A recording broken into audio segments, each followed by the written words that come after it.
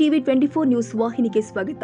76ನೇ ಗಣರಾಜ್ಯೋತ್ಸವ ಆಚರಣೆ ವೇಳೆ ದೇಶದ ಅತಿ ಎತ್ತರ 405 ಅಡಿ ಎತ್ತರದ ಧ್ವಜಸ್ತಂಭದಲ್ಲಿ ಬೃಹತ್ ರಾಷ್ಟ್ರ ಧ್ವಜ ಏರಿಸುವಾಗ ಹರಿದು ಕೆಳಗೆ ಬಿದ್ದ ಘಟನೆ ವಿಜಯನಗರ ಜಿಲ್ಲೆಯ ಪುನೀತ್ ರಾಜ್ಕುಮಾರ್ ಜಿಲ್ಲಾ ಕ್ರೀಡಾಂಗಣದಲ್ಲಿ ಜರುಗಿದೆ. ಕಳೆದ 3 ವರ್ಷದ ಹಿಂದೆಯೇ ದೇಶದಲ್ಲಿಯೇ ಅತಿ ಎತ್ತರದ 405 ಅಡಿ ಎತ್ತರದ ಧ್ವಜಸ್ತಂಭವನ್ನು ಜಿಲ್ಲಾ ಕ್ರೀಡಾಂಗಣದಲ್ಲಿ ಸ್ಥಾಪನೆ ಮಾಡಲಾಗಿದೆ.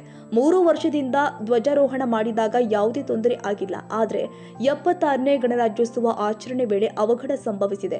ಉಸ್ತುವಾರಿ ಸಚಿವ ಜಮೀರ್ ಅಹಮದ್ ಅವರು ಧ್ವಜಾರೋಹಣ ನೆರವೇರಿಸಿದ್ರು. ಬಳಿಕ ವೇದಿಕೆ ಕಾರ್ಯಕ್ರಮಕ್ಕೆ ಬಂದಾಗ ಕಟ್ ಆಗಿ ಬಿದ್ದಿರೋದ್ರಿಂದ ಸಚಿವ ಜಮೀರ್ ಅಹಮದ್ ಗರಂ ಆಗಿದ್ದಾರೆ.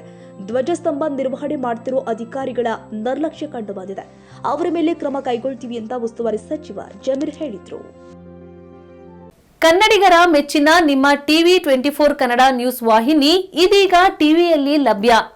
ಕರ್ನಾಟಕ ಮತ್ತು ದೇಶ ವಿದೇಶದ 360 ಡಿಗ್ರಿ ಸುದ್ದಿ ಹಾಗೂ ಉತ್ತರ ಕರ್ನಾಟಕ, ಬೆಳಗಾವಿ, ಬಾಗಲಕೋಟೆ, ಧಾರವಾಡ, ಹಾವೇರಿ, ಗದಗ, ಬಿಜಾಪುರ ಜಿಲ್ಲೆಯ ಕ್ಷಣ ಕ್ಷಣದ ವಿವರವನ್ನ ಪಡೆಯುವುದಕ್ಕೆ ಟಿವಿ 24 ಕನ್ನಡ ನ್ಯೂಸ್ ವಾಹಿನಿಯನ್ನ ಲೈಕ್ ಮಾಡಿ, ವಿಡಿಯೋಗಳನ್ನ ಶೇರ್ ಮಾಡಿ, ಕಮೆಂಟ್ ಮಾಡುವ ಮೂಲಕ ನಮ್ಮ ವಾಹಿನಿಗೆ ಸಹಕಾರ ನೀಡಿ ಮತ್ತು ಚಾನೆಲ್ ಅನ್ನ ಸಬ್ಸ್ಕ್ರೈಬ್ ಮಾಡಿ. Thank you.